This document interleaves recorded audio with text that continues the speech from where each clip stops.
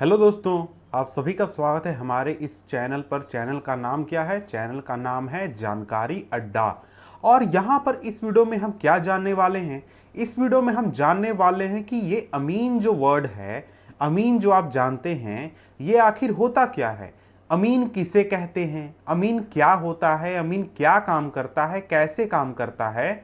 इन सभी चीज़ों को हम यहाँ पर इस वीडियो में समझने वाले हैं। तो आइए हम शुरुआत करते हैं और समझते हैं कि अमीन होता क्या है। अब देखिए, यहां पर ये जो तस्वीर देख रहे हैं, ये तस्वीर जो है, ये तस्वीर अमीन से जुड़ा हुआ है। अब समझते हैं कि अमीन आखिर होता क्या है। अब देखिए, यहां पर सबसे पहले होता है अमीन क्या होता है या फिर अमीन किसे कहते हैं, ये समझ लेते हैं। तो देखिए, आमतौर पर आपने अपने आसपास देखा होगा अमीन को, या फिर अमीन के बारे में थोड़ा मोड़ा जानते होंगे, तभी आप यहाँ पर वीडियो देखने आए हैं, या फिर आप अमीन के बारे में जानना चाहते हैं। तो जो लोग जानते हैं उनको तो ये पता होगा कि अमीन क्या होता है, कैसे काम करता है, ये सारी चीज़ें पता होंगी। और जिनको नहीं पता है उनको मैं बता देता हूँ, अमीन एक तरीके से ऐसा व्यक्ति होता है जो जमीन मापने का कार्य करता है और साथ में जमीन मापी करके वो जमीन का नक्शा भी तैयार करता है। जमीन मापता कैसे है, वो एक अलग प्रक्रिया है कि जमीन को कैसे मापा जाता है, क्या तरीका अपनाया जाता है, वो आगे चलकर हम वीडियो अपलोड कर देंगे। साथ में जब जमीन को इस तरीके से, जैसा कि आप यहां पर इस वीडियो में देख रहे हैं, इस तरीके से जब माप लिया जाता है तो फिर क्या किया जाता है, उस जमीन का नक्शा तैयार किया जाता है। इस तरीके से नक्शा, आपने नक्शा देखा होगा जो खेतों का या फिर पूरे एक छोटे से गांव का या फिर एक इलाके का जो नक्शा होता है, जहां पर अलग अलग जमीन के प्लॉट को अलग अलग दिखाया जाता है, उसको इस तरीके से नाप कर और फिर नक्शा तैयार किया जाता है। तो अमीन क्या करता है कि अमीन क्या करेगा, आपका जमीन जो है उसका एक तरीके से नापी करेगा और फिर उसका नक्शा तैयार करेगा। अब यहां पर अमीन शब्द के बारे में थोड़ा सा जान लेते हैं कि अमीन शब्द की उत्पत्ति कहां से हुई।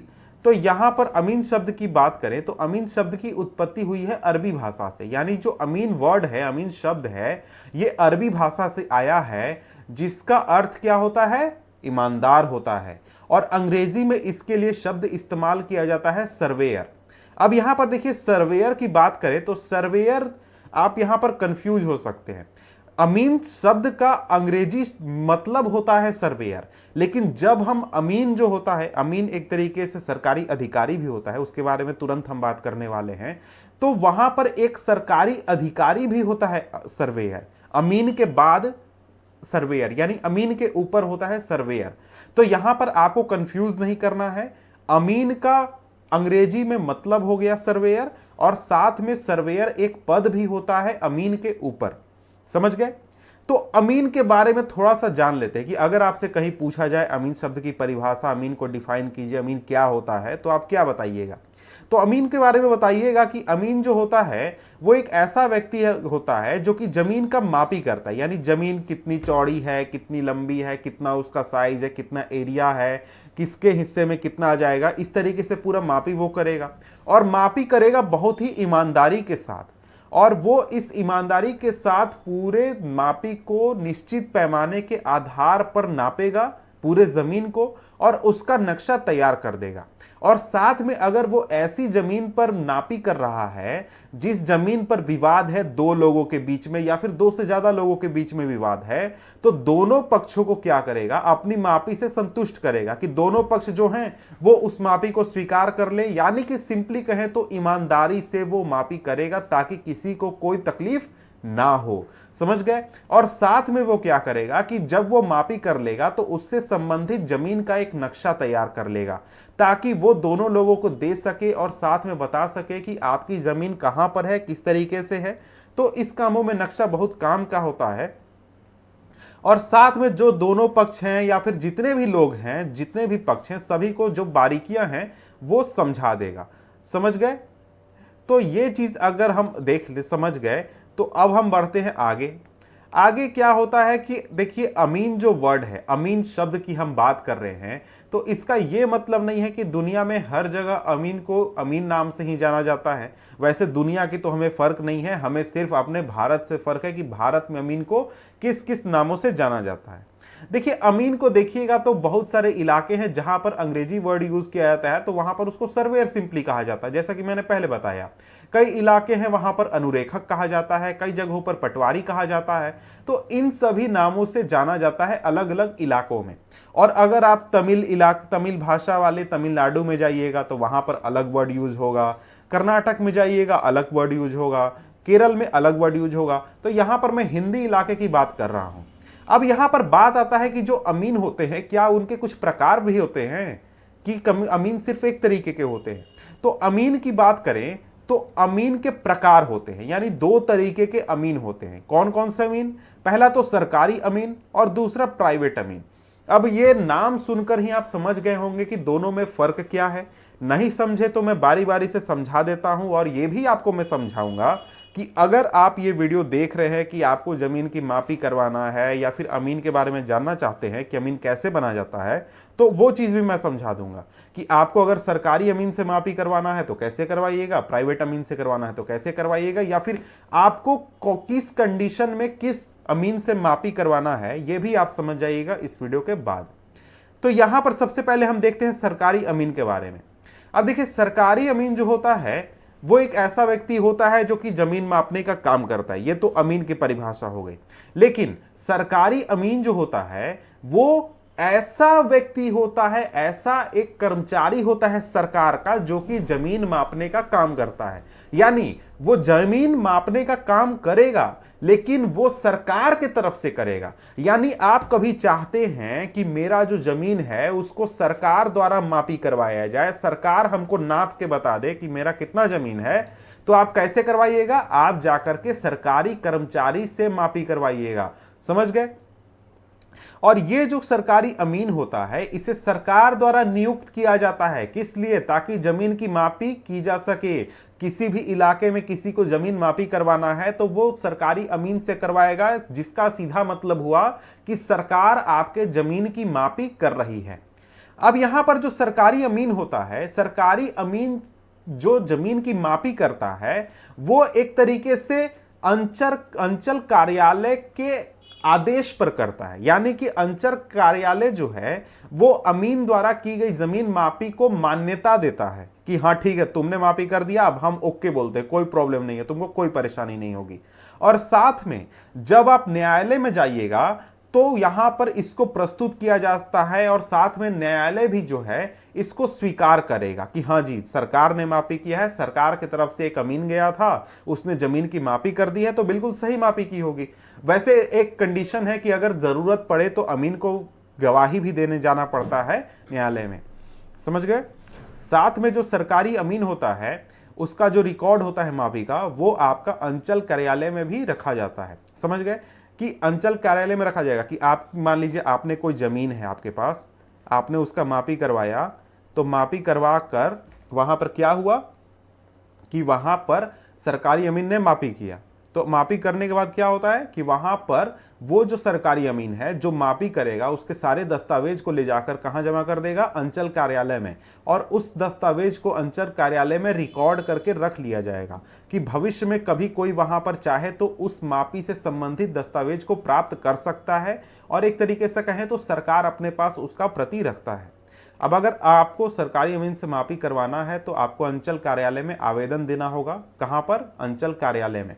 अब देखिए इसके बाद हम क्या देखने वाले हैं, इसके बाद देखने वाले हैं कि इसकी प्रक्रिया क्या है, यानी किस तरीके से आप मापी करवा सकते हैं, या फिर एक तरीके से क्या प्रक्रिया के बाद ये सरकारी अमीन द्वारा मापी की जाती है। देखिए सरकारी अमीन द्वारा जो मापी की जाती है उसमें पूरी सरकारी प्रक्रिया फॉलो की जाती है। कौन सी सरकारी प्रक्रिया? इसमें प्रक्रिया ये होती है कि सबसे पहले आपको अंचल कार्यालय में आवेदन देना होता है। अंचल कार्यालय में आवेदन दीजिएगा तो वहां से अंचल कार्यालय आपके आवेदन को स्वीकृति करेगा। आप अमीन का भत्ता शुल्क जमा कीजिएगा। उसके बाद जो अंचल कार्यालय है वो जो जमीन है, जिस जमीन की मापी करानी है, उस जमीन के सभी चौहदीदारों को नोटिस प्रोवाइड करेगा। नोटिस के बाद क्या होगा? उस जमीन की मापी की जाएगी और मापी से संबंधित जितने भी लोग हैं, उस जमीन से जुड़े हुए जितने भी पक्ष हैं, सभी को नोटिस दिया जाएगा। आपको जमीन का दस्तावेज जमा करना होगा। इसके बाद एक दिन तय करके सभी पक्षों को बुलाकर और सभी चौहदीदारों को बुलाकर जमीन की मापी की जाएगी और सारी प्रक्रिया के बाद आपका जमीन का मापी होगा। अब यहाँ पर इसके पहले हम एक तरीके से समझ लेते हैं कि अगर आप सरकारी अमीन बनना चाहते हैं तो आपको क्या करना होगा। सरकारी अमीन का एक तरीके से सिंपली जैसे सभी जॉब जो होते हैं, सभी नौकरियां होती हैं, उसी तरीके से सरकारी अमीन का बहाली होता है। यानी सरकार वैकेंसी निकालती है, एग्जाम लेती है और एग्जाम लेकर लोग जाते हैं और सरकारी अमीन बनते हैं। समझ गए? तो इसमें क्या होता है कि आप जाइएगा तो जैसे आप भूगोल, इतिहास, मैथ, गणित का परीक्षा देते हैं दूसरी नौकरियों के लिए, वैसे ही आपको सरकारी अमीन बनने के लिए भी नौकरी के लिए परीक्षा देना होगा। आप पास करिएगा, आप सरकारी अमीन बनिएगा। तो ये प्रक्रिया होती है। वैसे अगर प्राइवेट अमीन की बात करें तो प्राइवेट अमीन भी सरकारी अमीन के जैसा ही होता है, लेकिन वो सरकार द्वारा नियुक्त नहीं होता है, बल्कि वो प्राइवेटली काम करता है। यानी कि कोई आदमी चाहे तो उसको पैसे देकर अपने पास बुला सकता है। वैसे सरकारी अमीन की बात करें तो उनको भी फीस देना होता है। देना क्या होता है, मुझे लगता है कि एक तरीके से वो ले लेते हैं। समझ गए? तो यहां पर आपको प्राइवेट और सरकारी अमीन में अंतर आपको यह समझना है कि अगर आप और जमीन पर जो दूसरा दावा करने वाला व्यक्ति है, मान लीजिए कोई जमीन है इतनी बड़ी, उस जमीन पर आप हैं और आपका एक भाई है, दोनों चाहते हैं कि शांतिपूर्वक आसानी से आपसी सहमति से अगर जमीन का बंटवारा हो जाए, जमीन का मापी हो जाए, तो आप सरकारी अमीन के पास नहीं जाइएगा, जाइएगा प्राइवेट अमीन के पास और बोलिएगा भाई चुपचाप मेरा नापी कर दो, हमको ज़्यादा तामझाम नहीं चाहिए, हम लोग शांति से अपना बंटवारा कर लेंगे, कोई प्रॉब्लम नहीं है, हम लोग के बीच में कोई विवाद नहीं है, आपसी सहमति से जमीन मापी करवाना चाहते हैं। तो इस कंडीशन में आप प्राइवेट अमीन को बुलाते हैं, क्योंकि प्राइवेट अमीन को बुलाने के लिए कोई प्रक्रिया फॉलो नहीं करनी होती। आप बस फोन कीजिए, वो आएगा, आपका मापी कर देगा। लेकिन सरकारी अमीन से मापी आपको करवाना है तो आपको बहुत प्रक्रिया होती है, बहुत परेशानी होती है, बहुत टाइम भी लगता है। तो यहाँ पर प्राइवेट अमीन को जनरली लोग तभी बुलाते हैं जब उनके बीच में विवाद ना हो और आपसी सहमति से जमीन मापी वो करवाना चाहते हैं। जो प्राइवेट अमीन होता है वो ऐसा नहीं है कि कोई भी व्यक्ति जाकर प्राइवेट अमीन बन सकता है और सरकारी एक तरीके से मापी कर सकता है। तो प्राइवेट अमीन वही व्यक्ति प्रैक्टिस कर सकता है या फिर प्राइवेट अमीन के रूप में काम कर सकता है जो सरकारी मान्यता प्राप्त संस्थान से अमीन का कोर्स उसने किया हो, प्रशिक्षण लिया हो, और साथ में अमीन जो है, यहाँ पर अछुड़िया है, अमीन जो है, अमीन प्रशिक्षण का सर्टिफिकेट उसके पास हो, तभी वो अमीन के रूप में कार्य कर सकता है। उसका कारण ये है कि जब कोई भी व्यक्ति अमीन के रूप में कार्य करता है तो वो नक्शा बना कर देता है, और नक्शा का मान्यता तभी रहेगा जब आपके अमीन के पास सर्टिफिकेट रहेगा। समझ गए? तो इसलिए यहाँ पर प्राइवेट अमीन के पास सर्टिफिकेट या फिर उसके पास एक तरीके से जो हम कहते हैं ना सर्टिफिकेट कि कुछ पढ़ाई आपने किया है, वो उसके पास होना चाहिए। प्राइवेट अमीन जो होता है उससे जमीन मापी कराने के लिए किसी की अनुमति नहीं लेनी होती, कोई प्रक्रिया फॉलो नहीं करना होता। जमीन से जुड़े हुए जो पक्ष हैं वो आसानी से आपस में सहमति करके प्राइवेट अमीन को बुलाकर तुरंत विवाद का निपटारा कर सकते हैं। इसमें कोई सरकारी नापी प्रक्रिया को पूरा नहीं किया जाता है। आसानी से 1 दिन में 2 घंटे में आपका मापी आप जब चाहें शुरू करवा सकते हैं, कर सकते हैं। अब यहाँ पर आप सोच रहे होंगे कि क्या प्राइवेट अमीन के मापी को न्यायालय में प्रस्तुत किया जा सकता है? तो हाँ, बिल्कुल प्रस्तुत किया जा सकता है, लेकिन उसका कंडीशन ये है कि देखिए आप लोग आपस में सहमति है, आपने मापी करवा ली, मापी करवा के आप चाहते हैं कि इसको सरकार द्वारा मान्यता दे दिया जाए। आप जाएंगे न्यायालय में जाकर वहां पर प्रस्तुत करेंगे कागज, वो नक्शा प्रस्तुत करेंगे जो कि अमीन ने बनाया है, और न्यायालय वहां पर क्या करेगा, उसको स्वीकार कर लेगा, क्योंकि आप जमीन से जुड़े हुए जितने भी पक्ष हैं वो आपस में सहमत हैं। समझ गए? लेकिन अगर कभी विवाद हो जाता है, कभी ज़्यादा विवाद बढ़ जाता है, तो आपको सरकारी अमीन द्वारा मापी करवाना पड़ सकता है। समझ गए? और यहाँ पर प्राइवेट अमीन को अगर न्यायालय संतुष्ट नहीं है कागज से, तो प्राइवेट अमीन को बुला भी सकता है गवाही देने के लिए कि आप आइए, समझाइए, बताइए कि किस तरीके से ये पूरा प्रोसेस किया गया है, किस तरीके से आपने मापी की है, सही है, गलत है, सभी चीज़ों के लिए। तो समझ गए? तो इस तरीके से ये सारी चीज़ें यहाँ पर होती हैं, और यहाँ पर ये जो वीडियो है ये हमारा ख़त्म होता है। तो मिलते हैं आपसे हम अगले वीडियो में अगले टॉपिक के साथ। तब तक के लिए गुड बाय।